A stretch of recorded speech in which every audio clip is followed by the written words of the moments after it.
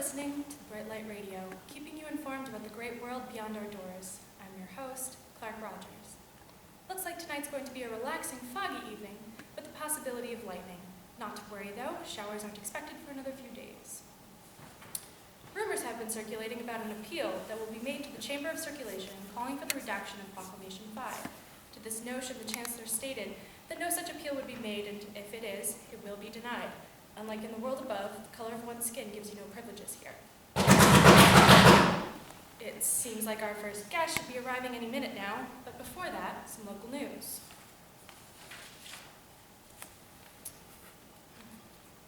The police department is looking for a man in his late 30s who escaped custody last week during a prisoner exchange.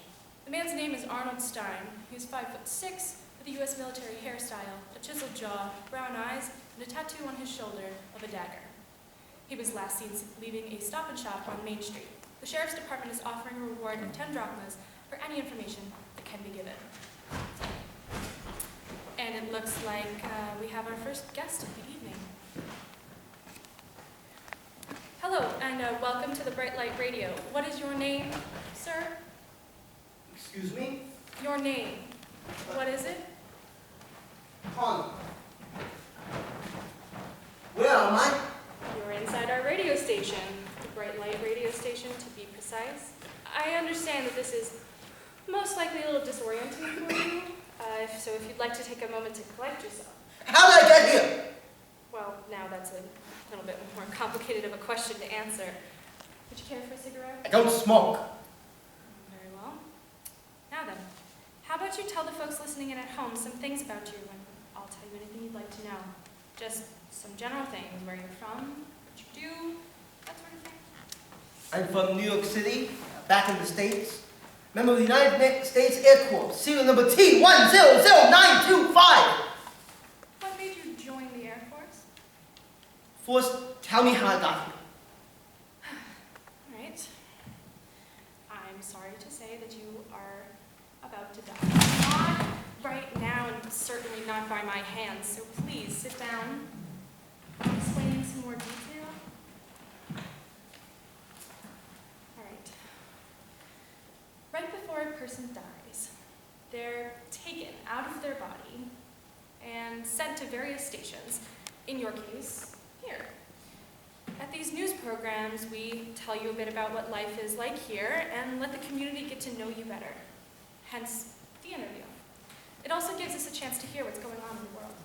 So, white light. It's not a coincidence. Occasionally people will survive after their interview. However, because of how time operates here, all they'll ever be able to recall is a bright white light. What do you mean because of how time operates?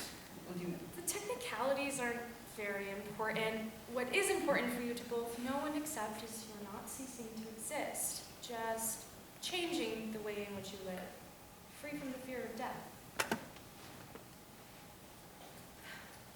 I can understand that this is a lot to take in, so please feel free to take a minute to collect yourself. Thank you. I think it's time just to set in. Of course. In the meantime, would you mind telling our listeners exactly what you were doing that brought you here? Of course. Brought me here? What you did that led to your death. Oh. I was piloting a P-63 fighter through Germany. We were supposed to intercept the Nazi transport aircraft, the Viking. My squad was ambushed by Luftwaffe interceptors. My co-pilot, is he also? Unfortunately, Yeah. Connor, Sinwall.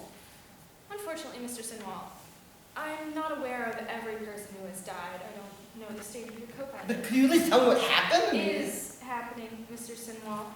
I know it's all very confusing, but you must understand that I'm no more aware of what is going on in that battle than you are. There has to be something you can do. I need to know what happened to him.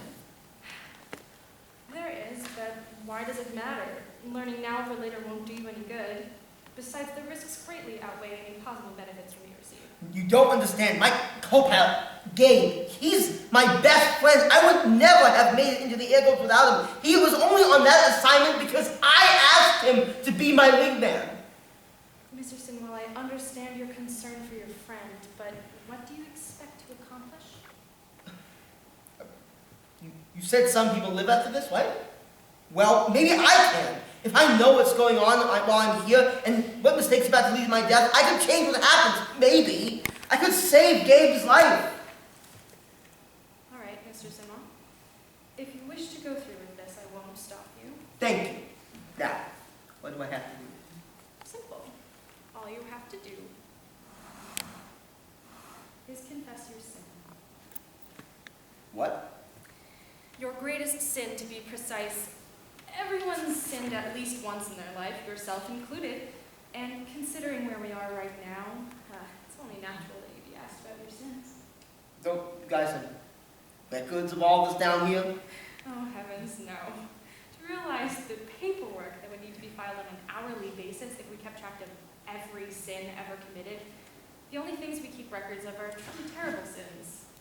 Rape, murder, mutilation, those sorts of things. I mean, I once stole a Charleston shoe from the local candy store when I was 12.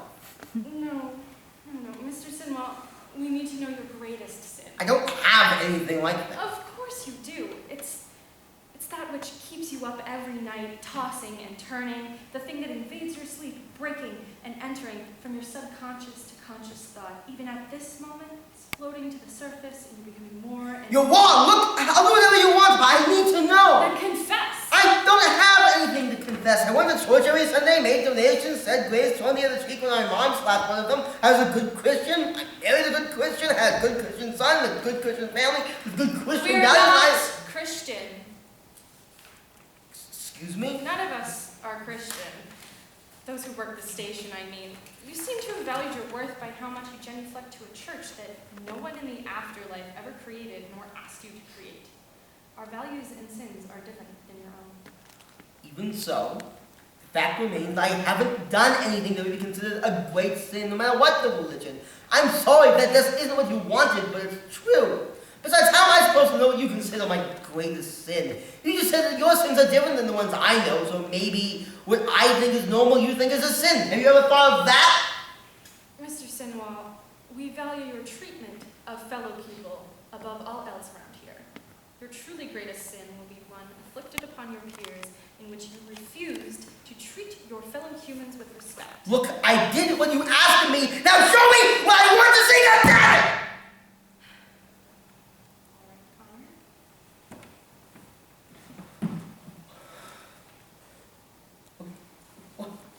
What's going on?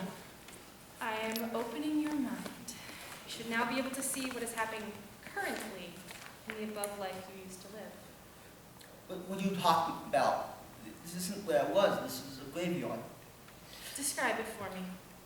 Perhaps you'll find something that explains what's going on.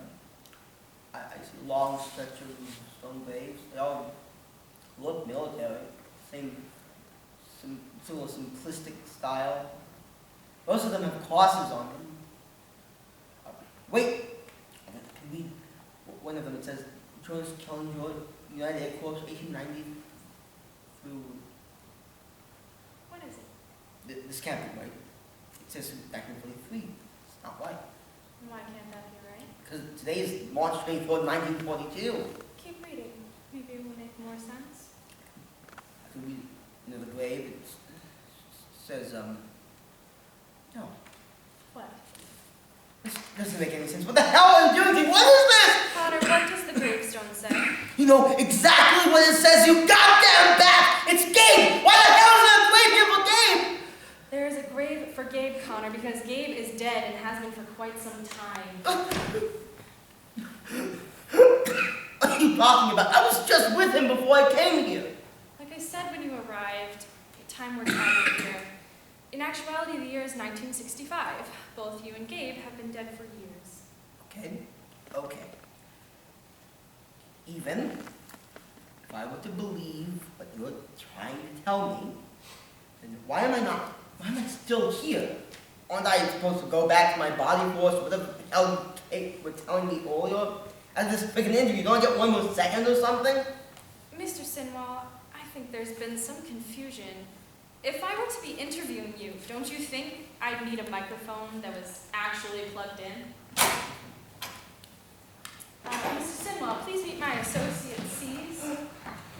hell is going on? Let me ask you this, Connor. Are you sure your name is Connor Sinwall? Of course I'm sure. It's the name I was born with. It's the name I've always had. Have you? Tell me, Connor, when you recall your mother calling you down for dinner, do you really hear her saying, Connor, dinner? When you think of that time that you stole a Charleston chew, did your father call out, Connor Sinwall, you come down here this instant, when he discovered the truth? No, you... And tell me, Connor, when you think of that poor girl you raped and murdered, poor Miss Angelica Pink, do you remember her through the eyes of Connor Sinwall or that of a stranger? I never raped anyone. Of course you did, Connor. You just refuse to remember it. It's buried deep in your mind, hidden beyond pages and pages of deceit. You may have changed your name, but you are still the same. You're a rapist, Connor. We've played this game many times, and in each case, you are still a rapist, and this is your punishment. What are you talking about? Do you remember your real name, Connor? No. It's because it doesn't exist anymore. You don't exist anymore. Connor is all that's left.